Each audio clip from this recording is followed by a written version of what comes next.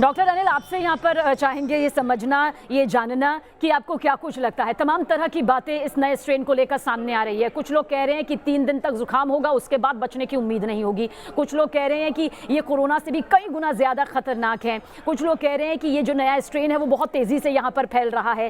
क्या हकीकत है, क्या सच्चाई है आपको लगता है? क्योंकि हम नहीं चाहते कि इस कोरोना के नए स्ट्रेन को लेकर कोई भ्रम फैले। हम चाहते हैं कि हकीकत सामने आए और जनता समझ सके कि कितना ज़्यादा सतर्क, सावधान रहने की जरूरत है।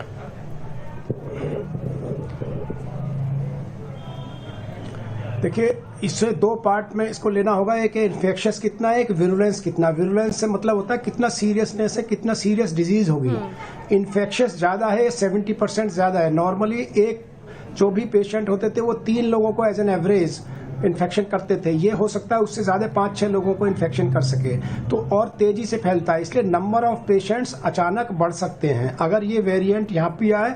और इसी के कारण ब्रिटिश अथॉरिटीज ने वहाँ लॉकडाउन लगाया कंट्री में। लेकिन अभी तक ये पाया गया है कि ये बहुत ज़्यादा डेंजरस नहीं। जैसे आप खतरनाक जो शब्द इस्तेमाल कर रहे हैं ना, तो खतरनाक उतना नहीं है इन द सेंस कि उसमें जैसे बायलेटरल निमोनिया है या ARDS है या सीरियस लंग डिजीज हो, ऐसा नहीं हो रहा है। तो लेकिन चूंकि किसी भी अथॉरिटी के लिए ये देखना है, अगर बहुत ज्यादा नंबर ऑफ केसेस बढ़ेंगे तो हेल्थ इंफ्रास्ट्रक्चर अचानक चरमरा जाएगी। जैसे हमने दिल्ली में देखा, जब 8000 केसेस हुए तो अचानक हमारे ICU बेड्स की जरूरत ज्यादा पड़ गई। तो इन्फेक्शियस यस ये ज्यादा है, विरुलेंस इसकी कम है या नहीं सेम है। तो इसलिए सतर्क जरूर रहना है। और गवर्नमेंट लेवल पर यह जरूरी है, कम्युनिटी लेवल पर, कि नंबर ऑफ केसेस अचानक बढ़ सकते हैं।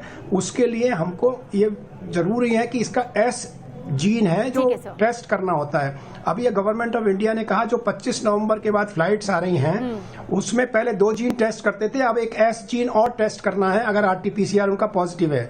तो ये S जीन टेस्टिंग की फैसिलिटी हमारे पास है। एक दूसरा मैं एक और बहुत तेजी से बताऊंगा, होल जीनोम टेस्टिंग होती है, वो रेगुलर नहीं हो रही है। हम अगर हर जिले में हर महीने में 6-7 लोगों का भी होल जीनोम टेस्टिंग कर लें तो जितने भी वेरिएंट होंगे वो हमारे पकड़ में आ जाएंगे। ये इंडियन गवर्नमेंट इस पर विचार कर रही है कि हर जिले में होल जीनोम टेस्टिंग हो।